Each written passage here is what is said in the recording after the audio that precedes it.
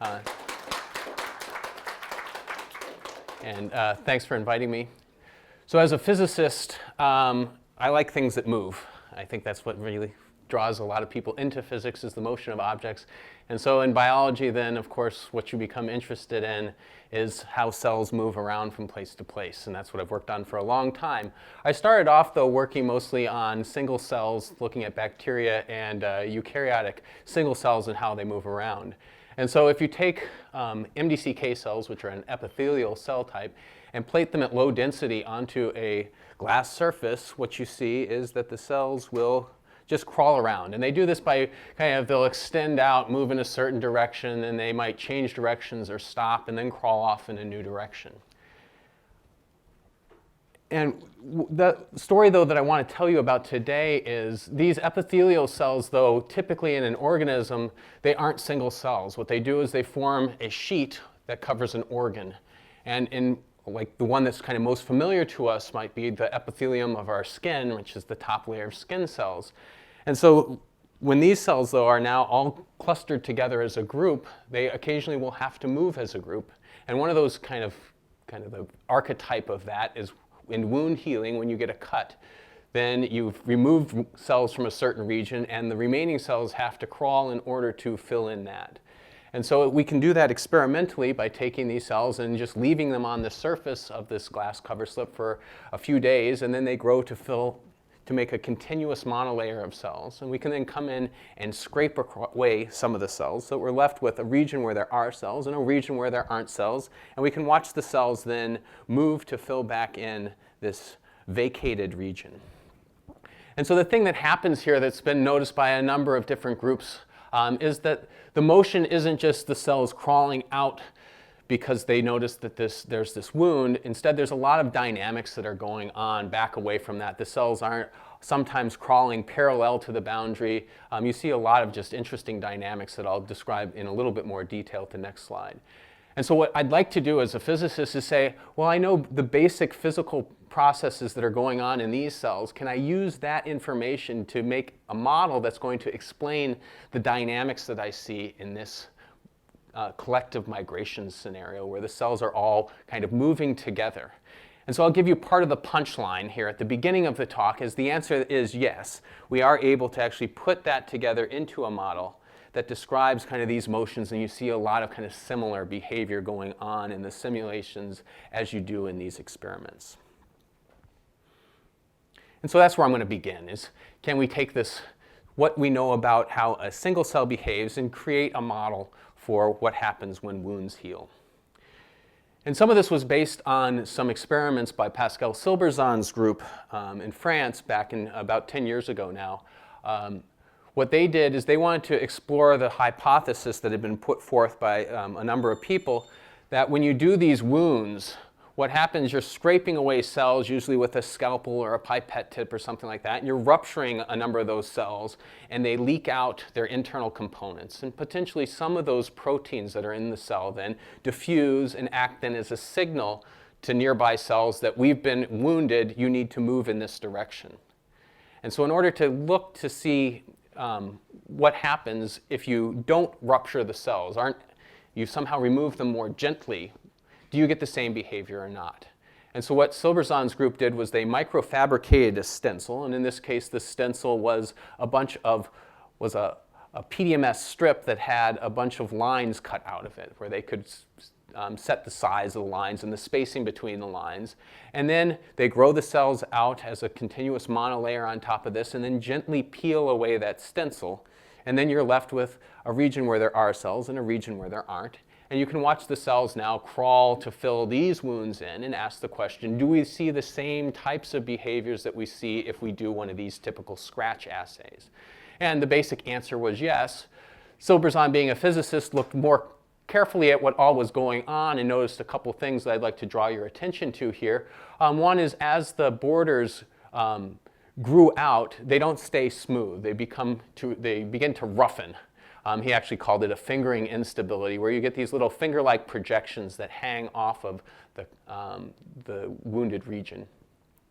And he looked carefully at what was going on in those fingers, and what he noticed is that the cell at the very tip of the finger looked different than all the other cells.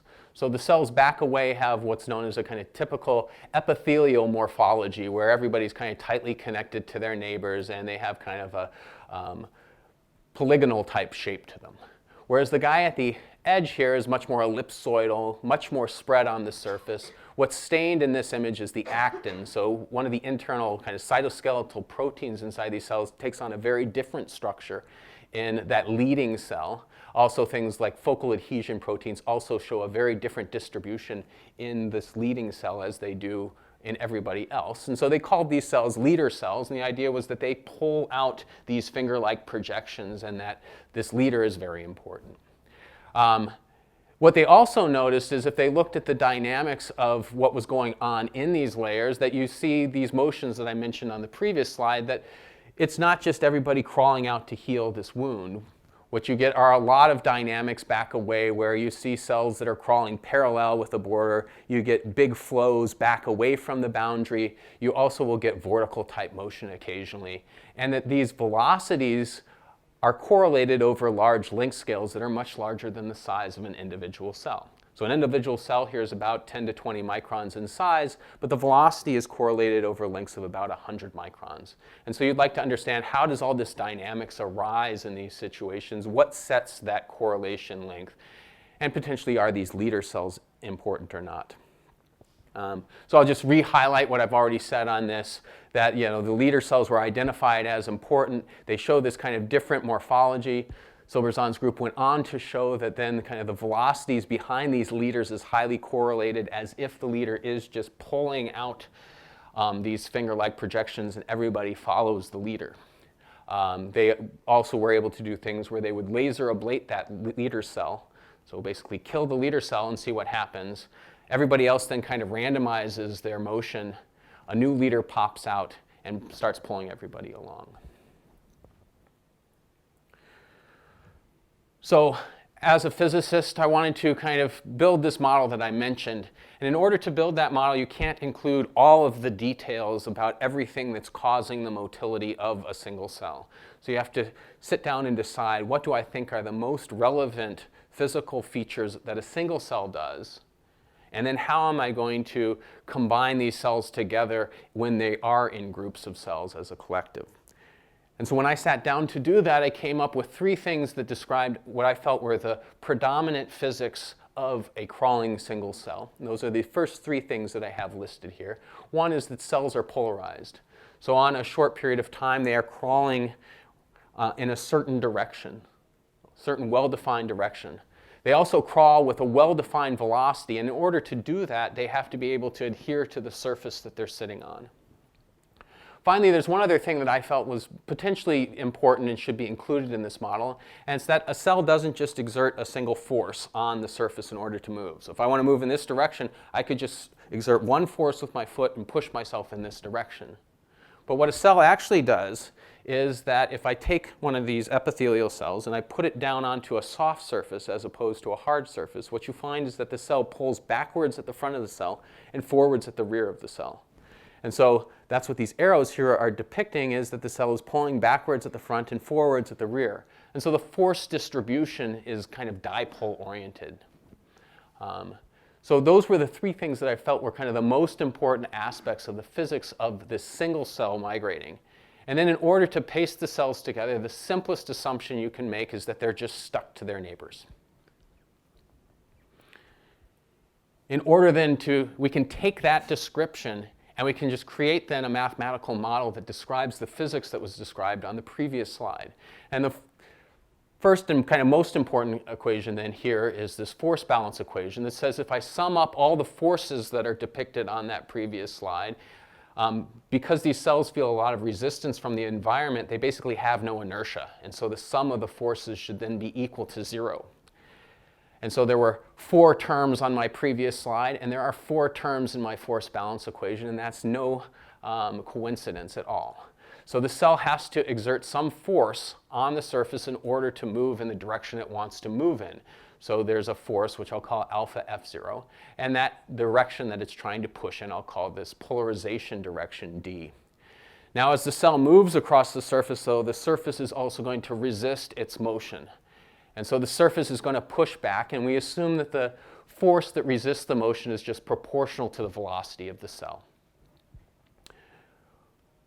The cells also exert this dipole stress onto the surface, and so you can then write out that the stress should look, at least as a kind of zeroth order approximation, as related to some dipole contraction stress times the size of a cell, which we'll call B. And then finally, there must be some stress mediated between the cells because they're stuck to one another. And so there's some cell-cell adhesion stress. And so then summing all of these and setting it equal to 0, it gives me my force balance condition. And the only two things then that I have left to define in this are how are the cells stuck together and what defines how this orientation vector changes in time. And so though the math looks kind of complicated, I'll tell you what we know. We know that the cells stay stuck together by cadherin molecules. A cadherin molecule on one cell surface binds to a cadherin molecule on another cell surface. And so while those two molecules are stuck together, they're stuck fairly rigidly together. However, these being biochemical reactions that are holding those proteins together, I know that at some point there's going to be some probability that those proteins are going to come unbound from one another, right? There's an off rate for that reaction. And so what that tells me then is on short time scales, these cadherin molecules are all stuck together. And so if I grab two cells that are stuck together and gave them a quick tug, they'll stay stuck together.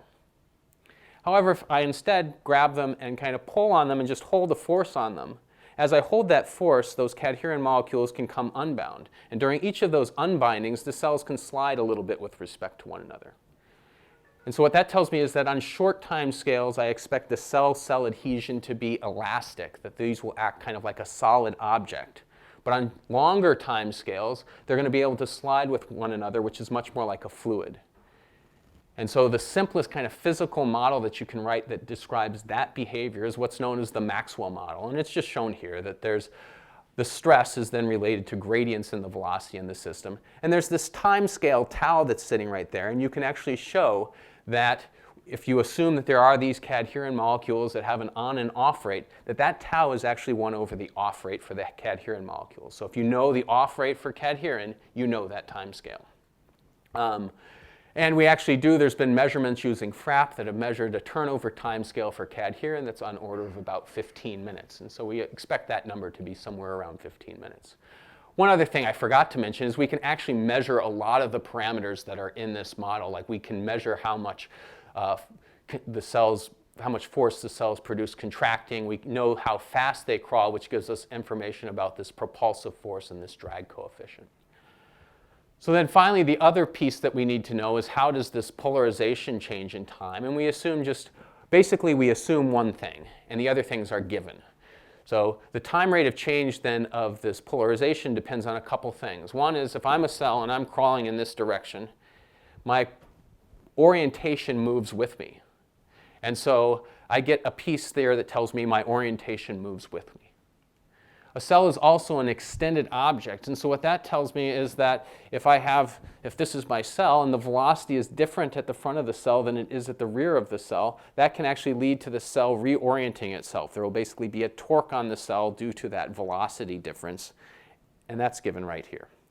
Then finally, the thing that we assume is that over some length scale, this orientation is well correlated with itself, right? So if I'm a cell, my front should be correlated with my back. And so at least over the length of a cell, I expect that this polarization vector is well correlated with itself. And that gives me a term then that looks like this. And so these are basically then the assumptions that go into the model. And we want to then see how well does this work. As I've already said, we can measure a lot of the parameters that go into it. We know how fast the cells crawl. They crawl kind of a characteristic velocity is 10 microns or 20 microns per hour. They're about 20 microns in size. There have been groups that have done experiments where they take and they plate these MDCK cells on top of a series of micropillars. So these micropillars, as the cell crawls across them, it exerts force on those pillars, which causes the pillars to deflect. By measuring the deflection of the pillars, they can measure the force that the cell is exerting onto the surface that it's crawling on.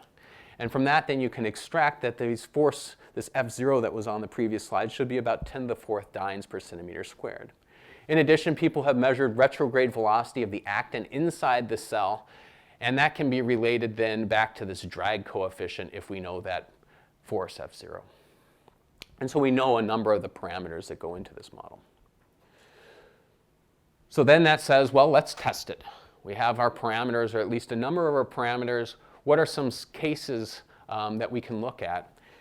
And one of the ones that we thought was the simplest to look at was this work by Paul Janme's group back in 2000, where rather than looking at this kind of wound healing assay where you scrape away a large swath of cells, instead they made these kind of ellipsoidal type wounds.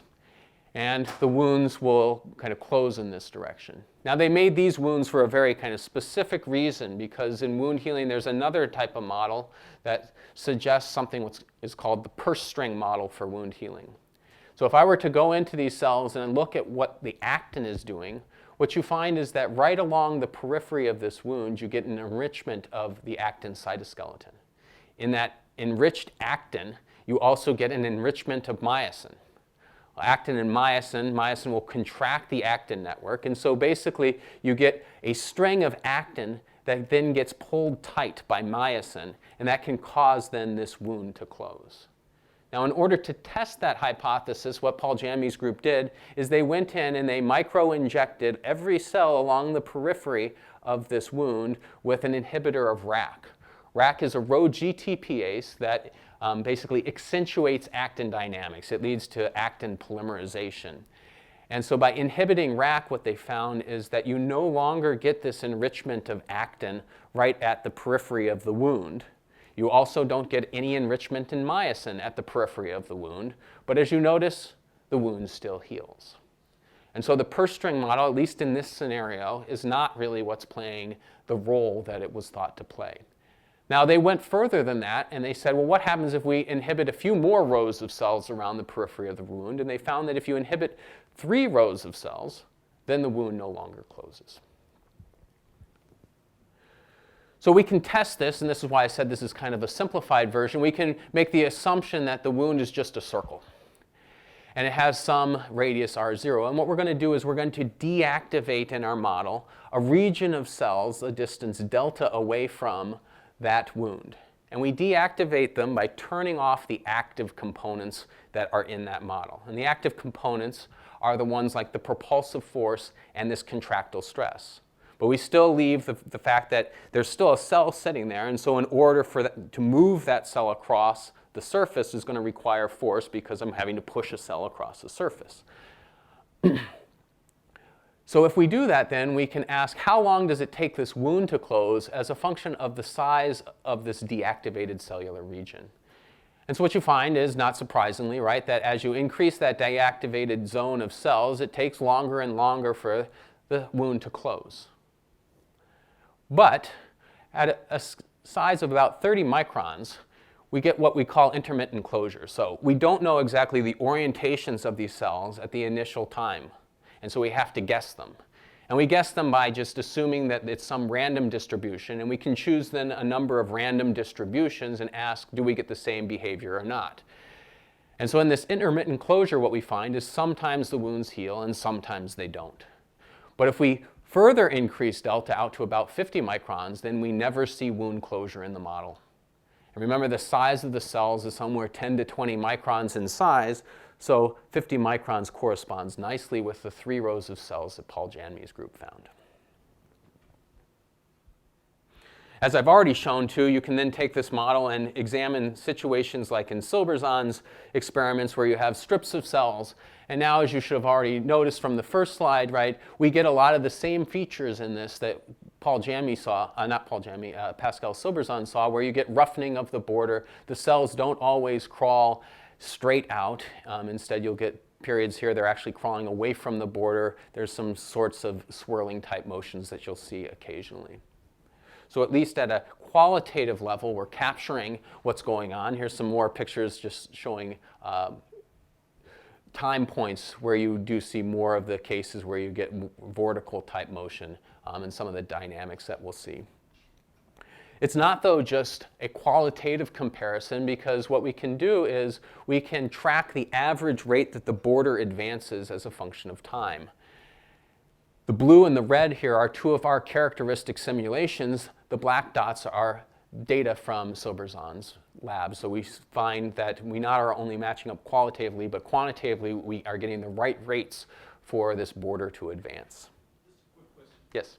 So do you keep this number of cells constant, or do you account for proliferation as well? We are not counting for proliferation. And the reason that we aren't in these is that Silberzon's group and then later Gaudin's Danuzer's group has looked at proliferation in a wound healing assay. So they can basically shut down cell proliferation and ask, do we see the same things? And over kind of the initial time points out to about 14 hours, there's no differences in the rates that these wounds heal, or there's no kind of identifiable differences either. So it seems like at least for the early kind of first 14 hours or so, that cell proliferation doesn't play a role in this process.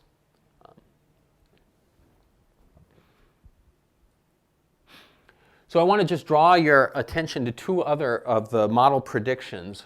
One is we can kind of strip the model down as far as we can and turn it into a truly one-dimensional model and just ask then how fast do we expect the border to advance on average based on this model. And in this really kind of stripped down version of the model, what you find is that the average rate that the border progresses should depend on this factor here. And that factor there, if you remember, that's actually the contractile stress that the cell is exerting on the surface, right? It's not the propulsive force, it's the contractile stress that sets the velocity that the cells heal these wounds.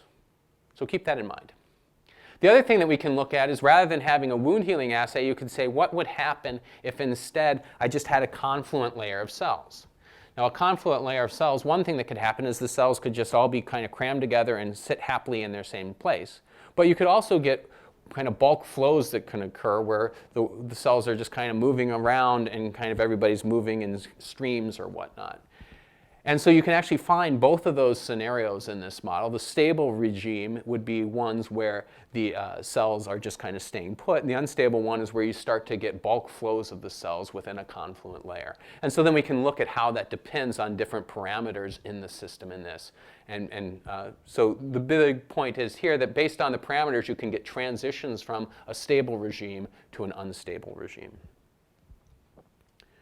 And so that's great. So we had now a model that reproduced some of the experimental data that was in the literature. I don't trust myself that well, though. I don't think, all right, great, I'm done. I've solved the problem. Right? It could just be very well that we happen to find parameters that worked out well for matching these couple two experiments. What you'd like to do as kind of to test a model is you'd like to go in, you'd like to perturb a parameter in the model, change a parameter in the model, and see what effect it has on the behavior, and then go in and do an experiment where you change that parameter and see if you get the right effect. And so in order to do that, what we did was we decided to change the surface that these cells were crawling on, which will at least change kind of the adhesive properties between the cell and the surface. And so I'm going to talk about two of these. The MDCK2s that are over here don't add much to the story, so you can kind of ignore that they're sitting off over there. So for the MDCK1s, which these are both Maiden-Darby canine kidney cells, they come in a couple different types. Type 1 are a little bit more migratory than type 2. So with the type 1s, we can plate them at low density on fibronectin-coated surface and look and see what they look like. And this should look a lot like that first movie that I showed. It may even be the first movie I showed. And we can come into these, the blue lines that are shown there, as we've developed an algorithm in MATLAB where we can just feed it a movie, it will go in, it will find the cells for us, it will draw the contour around it. From those contours, then it can extract the spread area of the cell shape, which tells basically is it circular, is it ellipsoidal. And it can use the center of mass that it gets from that perimeter to calculate things like the velocity. And so in this case, what we find is that there's a well-defined average velocity for these MDCK1 cells on fibronectin that's about 27 microns per hour. We can then change and use a different protein, a different molecule, poly-L-lysine.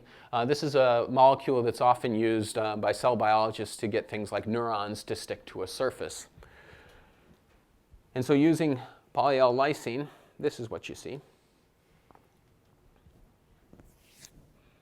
And I hope everybody noticed a big difference there. Right? They move a lot slower. They're also a little bit less spread, but the really big effect is that they're a lot slower. So these guys were 27 microns per hour. Over here, they're only moving at about 9 microns per hour. Okay, so we now have a parameter that basically we think by changing this surface, we're changing the adhesion or that drag coefficient that's in the model. Now let's see what happens experimentally if we come in and do a wound healing assay with the same cells on these two different surfaces. So on fibronectin, this one will look a lot like that first movie, except we're tracking just the borders, not the cell velocities back away. You'll notice that the border goes out, it starts to form kind of some sort of projection off of it. And if you were watching back here, you saw some kind of dynamics back away from. So what then do you think will happen on polylysine?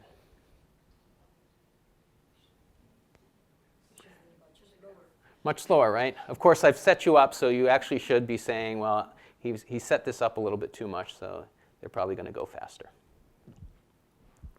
And indeed, they do go faster. They don't only go faster, but you'll notice that there's a substantially much larger dynamics going on back away from the border as well in this. And just in case you didn't catch it, I'll play that one again.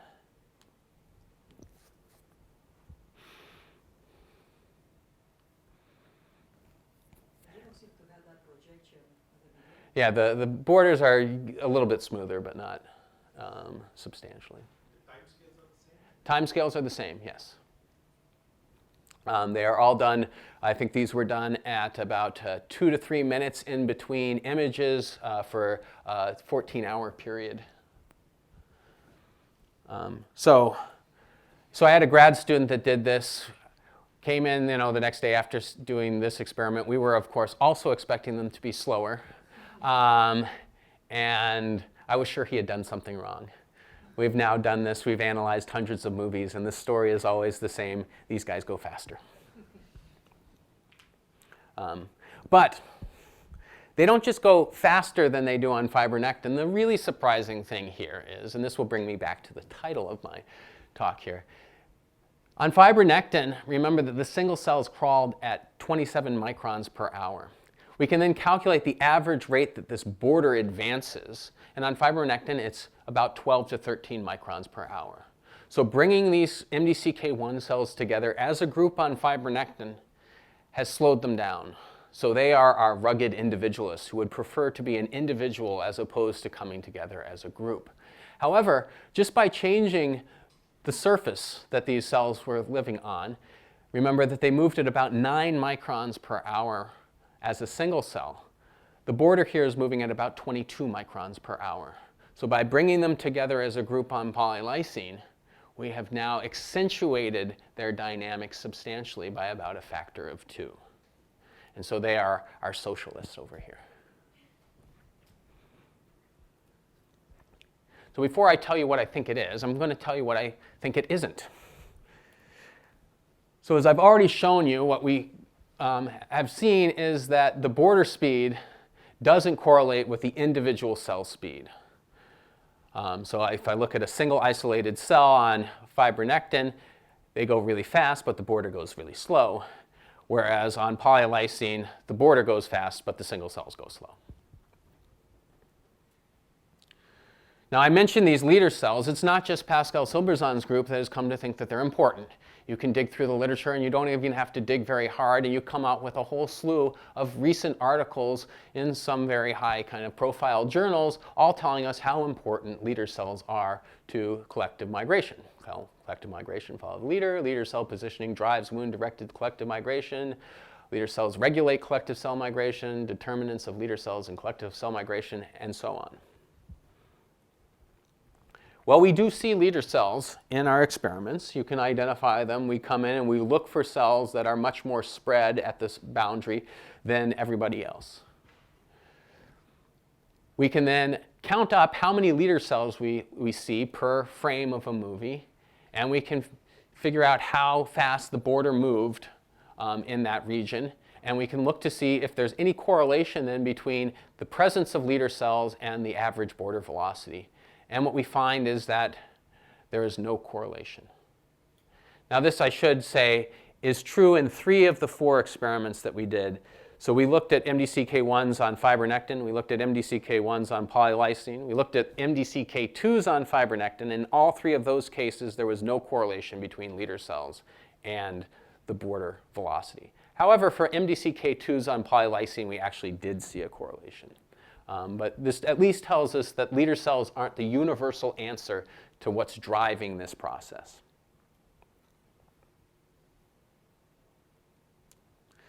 So another thing that's popped up, especially in the biophysics community of collective cell migration, is the concept of jamming. Now jamming, you may not be familiar with it, it comes out of the condensed matter physics community where people are looking at things like glasses. And in a glass, what you have is basically a liquid where the molecules get pushed so close together that even though they want to be a liquid, they're jammed together and can't move. And there's a well-defined physical transition that takes a liquid and jams it together and creates a glass. And so people have thought, well, there's these cells, right? They kind of like to move around on their own. It could be that they can become jammed together and not be able to move, and that may be kind of part of the story at least, or maybe a major part of the story of what's going on with collective migration. And so you'll find papers here like glass dynamics of collective cell migration, cell jam, physics of active jamming during collective cellular motion in a monolayer, and so on. So in that physical model, there are parameters that are related to the stress or how much you've kind of packed the cells together, so the density the cells are at. The temperature, right? If you turn up the temperatures, the cells become more able to kind of free themselves from their neighbors. And there's 3 parameters in that. And so a group led by Christina Marchetti and Lisa Manning recently tried to build a model to see if they could find jamming within a model for cell motility. And the big thing that they did is they defined cells, they gave cells shape, and then they told the cells that they had to move according to a very simple dynamics where they just try to move in a certain direction at a certain velocity. And then there's some forces that are due to their neighbors and some random forcing as well that goes on in that system. And what they found from this model is that you can actually get a jamming transition that depends on 3 parameters. One being the single cell speed. So this would be the speed that the cell would crawl at if no one else was around. They have a parameter called P0, which is the ratio of the perimeter of the cell to the square root of its spread area. So if I have a circle, that's going to have the smallest kind of area, smallest perimeter for area. And as I get more ellipsoidal, I get a longer perimeter for the same amount of area, and so this P0 goes up. And if a cell's trying to kind of contract, it's going to have a tendency then to make itself more ellipsoidal. And so they related this P0 parameter to something like cellular contraction. And then the other thing is when a cell's crawling, as we saw in the first one, right, it goes for a while in the same direction, and then it will change directions. And so another thing that they found that was important was the length of time that the cell would persist going in the same direction that it was going in. And so smaller cell speeds would lead in this model to the more likelihood that you would be jammed. Likewise, a small value of P0, so the more circular the cells are, the more likely they are to be jammed. And finally, the less persistent they are, the more likely they are to be jammed. So we can measure all of those parameters in our data. I've already mentioned to you the single cell speed, and what we saw there, right, was that the MDCK1s on fibronectin crawl substantially faster than the MDCK1s on polylysine. And so from just these numbers, you would expect that the MDCK1s would be kind of further from this jamming transition than the MDCK1s on polylysine. Now the other parameters, though, the persistence time that we get for watching our cells crawl along our surface, they're basically comparable. And the same is true for the perimeter to the square root of area parameter P0. These numbers really aren't substantially different from one another. And so our takeaway from this is that the jamming transition doesn't really tell you anything about what's going on in this system. You can't make any prediction that, oh, they crawl faster, so there's going to be more dynamics in this collective migration than there is when they go slower, because that's not what happens. So now I'll tell you what I think it might be. And it comes back to this contractile stress. So a lot of the models that have been put forth on collective cell migration, this is the one thing they typically don't have in it that our model does include in it. And the thing that makes this contractile stress potentially important is that if I have a cell that's contracting and I think about what the effect of that contraction is going to be on the neighboring cells, right? The cells here are going to have a tendency to get pulled down towards this cell, and here they're going to have a tendency to get pulled up. And so then there's going to be a tendency to get flows that look like what is drawn here. And these kind of rotational type flows then are going to torque the cells that are nearby. And so if I have a cell that's sitting off, say, like at this region here, who's aligned with the cell sitting here, he's going to have a tendency to get rotated so that he's no longer in line with the guy that was there, right? So he's going to get torqued around. He's no longer going to be going in the same direction. And then we can start to get these bulk flows where people are kind of all rotating around from this kind of physics. And so if that's true, then we expect that the cells on polylysine to exert a larger contractile stress than the ones on fibronectin. And we can measure that using a technique called traction force microscopy, where we take and we have a glass cover slip that we then coat on top of that a PDMS gel, so a kind of soft gel. And in that gel, we're going to embed in the top layer of the gel fluorescent beads. Now we can take and we can plate our cell on top of that, and as I mentioned, right, the cell's going to pull backwards at the front and forwards at the rear, so it's going to contract then that soft surface that it's sitting on. And so if you look here in this region, it looks like the beads are a lot more dense in that region. That's because there's a cell sitting right there that's contracted that and pulled those beads together so that they're all closer together. You can then come in and you can get the cell to release from the surface by treating the cells with a detergent trypsin. The cells then release and the beads go back to where they would be if the cell wasn't there. And so by measuring then, we can go in, we can measure the position of the beads while the cells are there, the positions that the beads go back to, and that tells us how much the cells have deformed that layer of beads. And because we know how thick this layer is and what it's made out of, we can then back compute the force that the cell had to exert onto that surface in order to create those bead displacements. And so from that, then you can go in and you can figure out what was this kind of traction stress that the cell was exerting onto the surface. And you find that on fibronectin, it's about 16 pascals, whereas on polylysine, it's much more like 27. So about 50% increase in this traction force on polylysine. And you can then go in, you can then compare the border velocity to the contractile stress, which remember, the average border velocity, the model predicts that it should be related to that contractile stress. And there is indeed a correlation between the contractile stress and the rate that the border advances. So then we can also go in and say, well, we also then expect from this model that if I look at a confluent layer of cells as opposed to one that I've wounded, that I should get much more dynamics on the polylysine-coded slides than on the fibronectin-coded slides. And so on fibronectin, a confluent layer looks basically like that. Whereas on polylysine, you get much larger dynamics.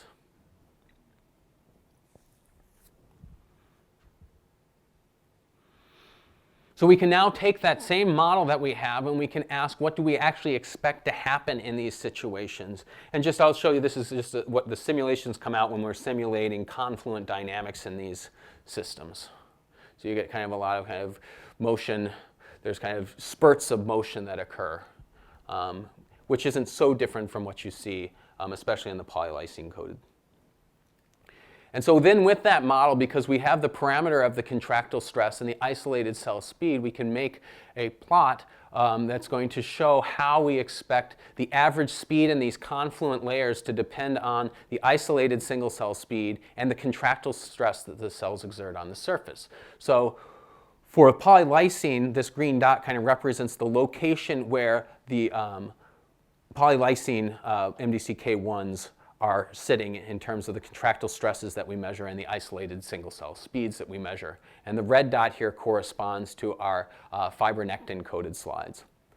And so what you'll see here is, I'm going to point out a couple things. One is that at this green dot, right, it's sitting at a brighter yellow. The yellow here is a faster speed in the confluent layer and where blue is a slower speed, where this one here is sitting kind of in between a kind of blue and yellow region. So this one we expect to be going faster when it's confluent than the ones that are on fibronectin, much as we saw. In addition, though, if I were to do a slice here at a constant cell speed that corresponds to the polylysine coded slides, what you see is that the average speed in the monolayer increases monotonically as I make that slice this way. Whereas up here I go from yellow to blue to yellow to blue to yellow. So here it's much more non-monotonic behavior. And that will become important.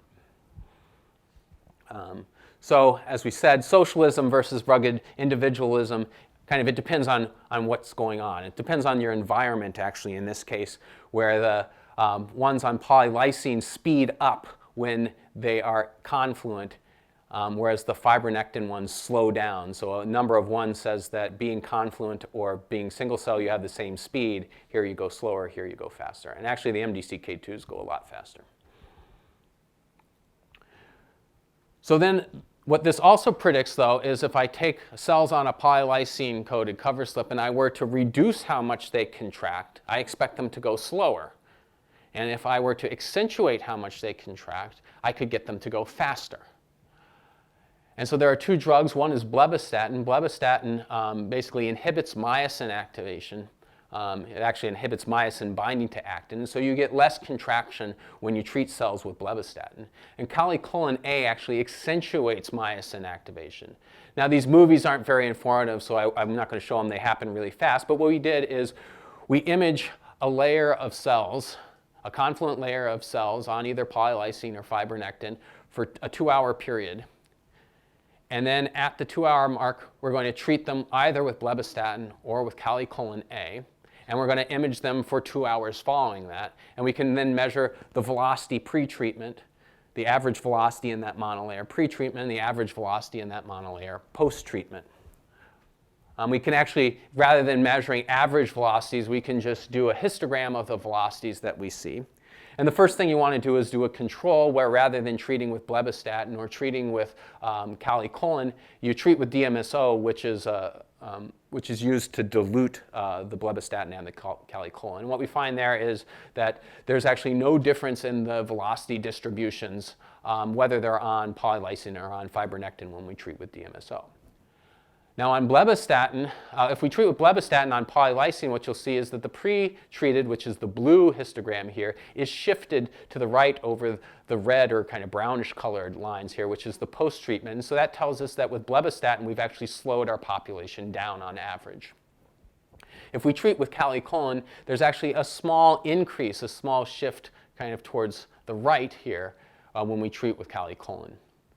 Now on fibronectin, what we actually found is no matter whether we treated with blebbistatin or with calycolin, there was a shift in the data towards the higher velocities.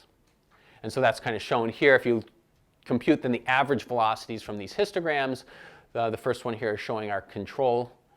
And then with blebbistatin, we get an increase in speed. On fibronectin, there's actually almost no increase with calycolin.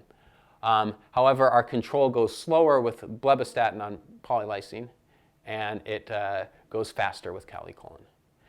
And so doing those strips that I mentioned through the speed versus stress plots, the green line here corresponds to making a cut through that curve at the location, at the speed that the single cells crawl on polylysine. And so you see this monotonic behavior, and we would expect that our cells are sitting somewhere around this black box region here, whereas this other black box corresponds to the region that corresponds with the cells on fibronectin. And so you see non-monotonic behavior here and monotonic behavior there, which is kind of exactly mimics what we're seeing in our experiments. And so what I hope that I've given you so far is that we can take a model, kind of a very simple model for how a single cell behaves, take the physics that we think is going on, the basic physics that's going on there, and create then a model that describes the collective migration of these cells that can then explain a fair amount of experimental data on these systems. Now, that description that I gave you for how the single cell behaves is very generic. And it very generically describes any epithelial cell, and actually most crawling eukaryotic cells kind of behave with that contractile stress and do the same things that you would see these MDCK cells doing. So that then leads one to believe that this is kind of a very generic model for how collective migration in epithelial cells at least behave. And most cancers actually originate in epithelial tissues. And so that then led me to question whether we could say a little bit something about cancer. And specifically, the question we focused on was one related to cancer motility, which is cancer metastasis. So this is the point where you start from a solid benign tumor. The tumor then becomes, some of the cells in the tumor become mutated, and they start breaking free from the original tumor. From a clinical viewpoint, this is one of the most important aspects because most patients, 90% of patients that die of cancer have died because of the secondary tumors that are set up by those metastatic cells that migrate to a new location and set up a new tumor. So secondary tumors that typically kill the patient. Of course, this is important, so it has been looked at extensively in the cell biology and cancer biology communities, primarily focusing on the proteins and mutations that occur inside cells when they transition to metastatic. And this is a diagram showing just a small subset of the proteins that become mutated or the systems that are involved in cancer metastasis. And basically what you find is with cancer metastasis, it could be anything and everything that gets mutated. That poses a problem for treatment, especially because how do you target something if it could be anything? And with a drug treatment, you'd like your drug to target a specific kind of protein or process in the cell. And so I decided to take kind of a complementary approach to that, and rather than asking what are the biochemical and genetic changes that occur when a cell transitions to metastasis, why don't we ask the question of what are the biophysical changes that occur that are required to occur when cells transition to metastasis? Because even though those cellular, those kind of proteomic level changes that are occurring can be vastly different, they're leading to the same kind of functional behavior, that the cells are all breaking free from their original tumor and migrating away through the body. And so we're going to take a very, very simple-minded kind of beginning approach to this, where we're going to assume that there is a sea of kind of healthy epithelial tissue, and that in a small region we're going to mutate the biophysical parameters. So we're going to change the biophysical parameters in that region and ask, do these cells stay where they were, or do they start moving away from that location? And the reason you might want to do that is then we can relate our parameters in our model, which relate to cell ECM adhesion, cell-cell adhesion, the stress, the propulsive force, and cell alignment, back to known kind of the regulators of those processes in the cell, which then, if you find that cell ECM adhesion is some of the important factors, then it's going to be this subset of proteins that are probably the ones that you should focus on. And so the first thing you want to do is you want to come in and you define your healthy epithelial tissue, you define your mutated region, but in this mutated region you don't mutate it, so that they're the same as everybody else. And ask then, what does the model predict is going to happen? Now the arrows here are slightly deceptive. Actually, they're very deceptive because they're auto-scaled. So it looks like a lot's going on. But pay attention to the red is the current location of those cells that started off as the blue circle.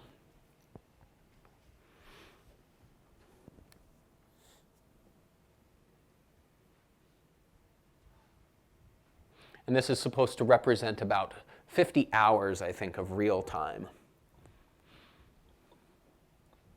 So basically, it deforms a little, but those cells are basically staying exactly where they were without really moving around much.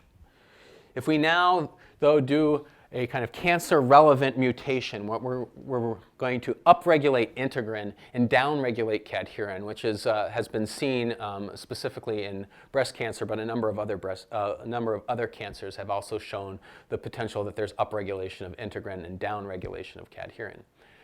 So we're going to do this by increasing our cell ECM adhesion, which relates to integrin, up by 5-fold, and we're going to drop our cell-cell adhesion parameter down by a factor of 5-fold, which represents losing cadherin, and ask then what do we see?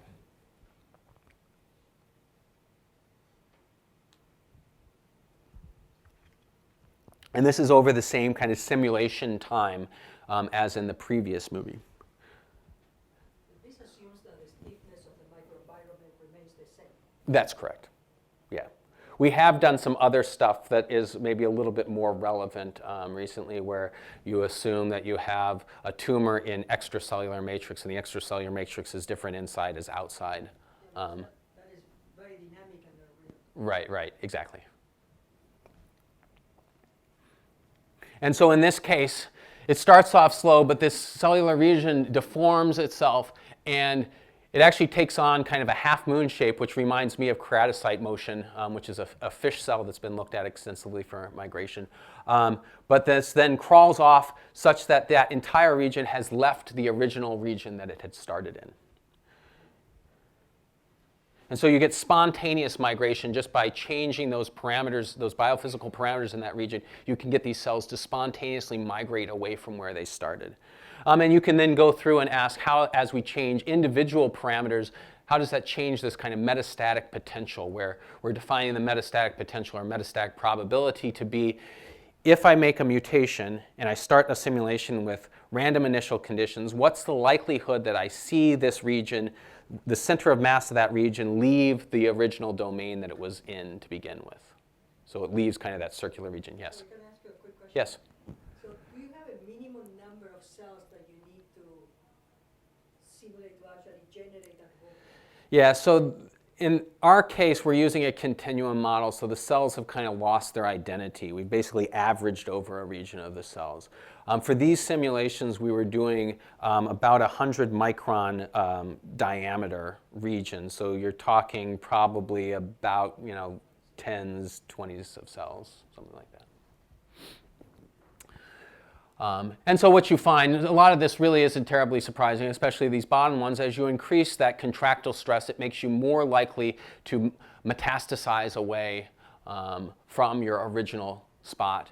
Also increasing the propulsive force also increases this metastatic probability. The two potentially more interesting ones are the cell ECM adhesion and the cell-cell adhesion. Both show this kind of bimodal behavior where at low values and at high values you have low metastatic probability, and somewhere in between you get kind of the most likely case where they're going to metastasize away. And so some cells, it could be that increasing integrin would lead to metastasis, where other cells, if they start over on this side, it would require reducing integrin in order to make the cells more metastatic. And the same with cadherin as well.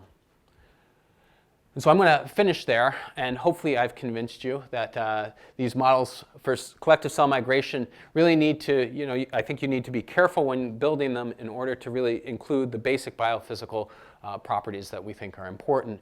And the one, as I mentioned, that I think is really important that has often been neglected is this the force distribution that the cells exert on their environment and their neighboring cells.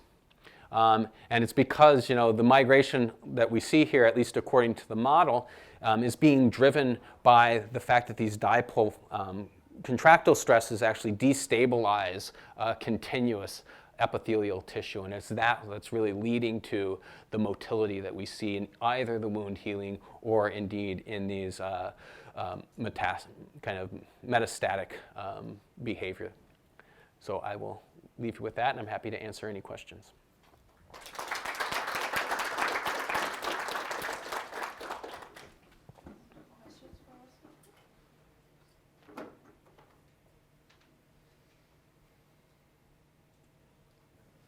So, like you said, your model is spatially continuous, Mm-hmm. which describes the center of the region. Mm-hmm. But there are some models which are based on the kind of discrete dynamics, like cellular pulse model, Mm-hmm. which accounts for cell geometry, for example, Mhm. cell area. So it seems your experiments show that cells also have different sizes. The plots you showed Mhm. earlier. Mm-hmm. So what is the factor of cell mass or cell geometry, cell area in this simulation?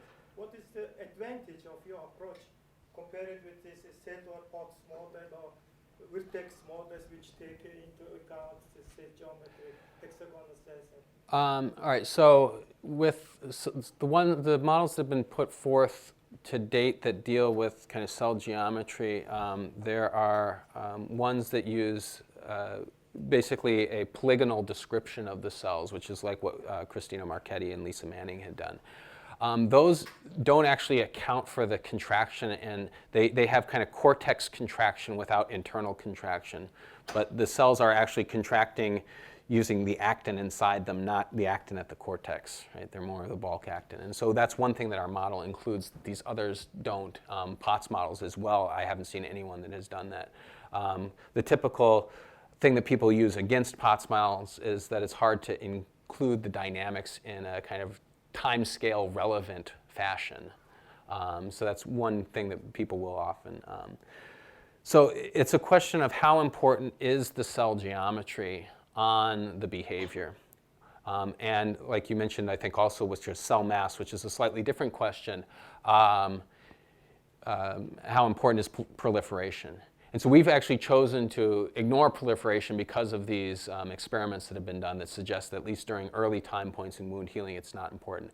It is actually easy for us to incorporate proliferation into our model as well. So we can do that if we want to.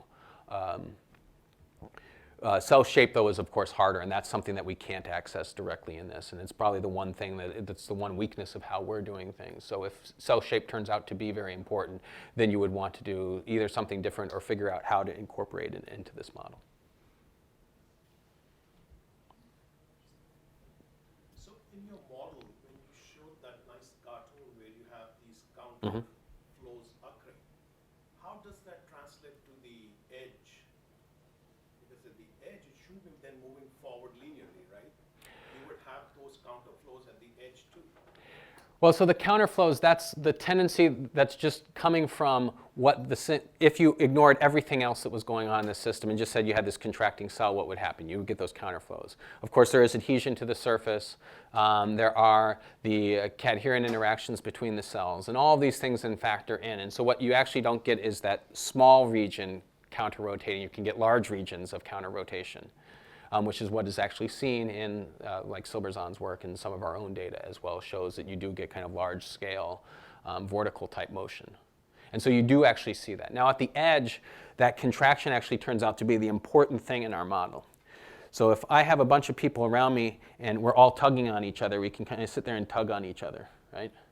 If I now remove this guy but leave that guy there, now what am I going to tug on? I'm going to tug on the surface that I'm sitting on. If I tug this way on the surface I'm sitting on, which way is the surface going to pull on me? Newton's third law tells me the surface is going to pull that way.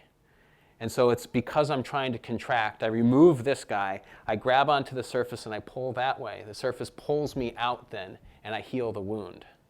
But then in that description, what you're saying is that the tug forward by the leader cell is so much greater that it's pulling the entire population behind it. Right. But in ours, it doesn't require a single leader. It's everybody. Everybody's acting in the same way. So my secondary question was like, maybe you don't see these counter flows on a global basis as you see on the large scale. Do you see little perturbations? Well, we do see them at the large scale. What we don't see, you don't see ones that are on the scale of like a few cells, typically. Right, but at the leading edge, would you see them at? No, not necessarily, because you've got the same thing. There's people around you, so you'll still see the large scale. There's basically a length scale for that that's set by some of the other things like the resistance from the surface and the adhesion between the cells. Yes? Regarding the healing of wounds, I remember experiments that you did. So you have a glass surface and you cut out the cells in the middle, and it inhibits the myosin in the three layers, the first three lines. Right, yeah, this was, a rack. It was inhibiting the actin dynamics in those cells. So let's suppose that you remove all of the other cells other from the first three lines. Will they still be able to contract? Because my question here is... So you inhibit 3 rows or something and remove everybody else? Yes. I would guess that they probably won't be exactly. So rack inhibition doesn't completely shut down the system. Like we assume in our model that you completely shut the system down in those cells, that the actin dynamics is completely turned off, which is probably not what's happening when you're treating with these rack inhibitors. It's just reducing the actin dynamics. So they may still be able to heal slightly, but I would guess that it would be substantially slower. Do you think that this model will be same for the bacterial, like the social bacteria who have like very small periphery and also like they have more proliferation? So this model actually grew out of work I was doing on collective swimming in bacteria. So in dense communities of swimming bacteria, if you get them to high density, you'll start to see vortices and jets and some really complicated dynamics. And it's that dipole. It's because the bacteria act like little dipoles moving through the fluid that you get those large-scale fluid flows in dense layers of bacteria. And that's why it was because of the work on that led me to think that those dipole stresses were important in these problems as well. So yes, I think it's similar but different because there's... More movement on the solid surfaces than in the liquid. Right, yeah. So there are some differences, but I think that the main kind of driving forces in the problem are very similar. I have a question. So you showed, 3 sets of data: MDCK1 on fibronectin, MDCK1 on polylysine, and then MDCK2. Yeah. But you didn't really mention a lot about MDCK2. Yeah, so the MDCK2s, they move a lot slower. And what you find is they're not as surface dependent. So they act pretty much the same on polylysine as they do on fibronectin. And we're not exactly sure why that is. There's one of the things that we don't know is so we know we've changed the adhesion between the cells and the surface, but we don't know how much. We have to kind of guess at that. But it still follows the law, like the single cell velocity is low there, but the yeah, you actually get more. Yeah, they behave much more like the MDCK1s on polylysine than they do like the MDCK1s on fibronectin. Yeah.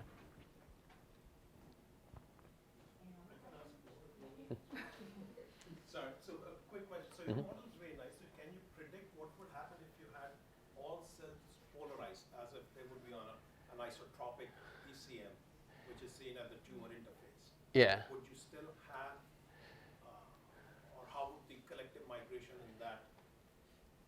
So we haven't looked at that. That's a good question. We can definitely do it where you would, instead of allowing kind of the orientations to distribute themselves how they want, where you're kind of imposing them from the environment. So I would hope that it would still work. We haven't done it, so I can't answer whether it really would or not. But yeah, that's a good thing. Thanks.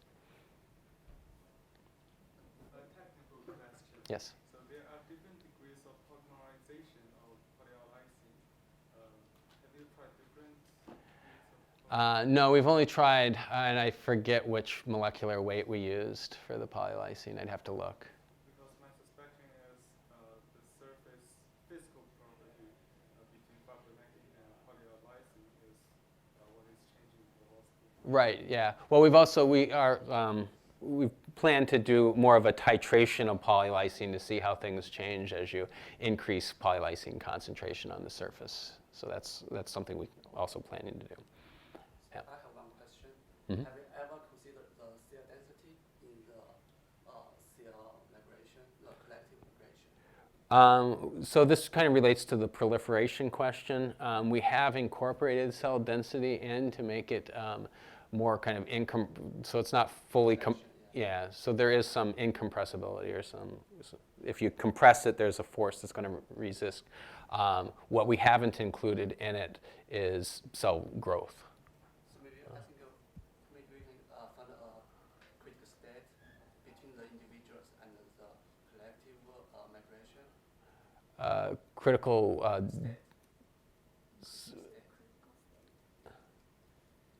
Critical size. Yeah. All critical numbers. Oh, so you're saying, so if I were to look at like small islands, Yeah. how the dynamics depends on island size.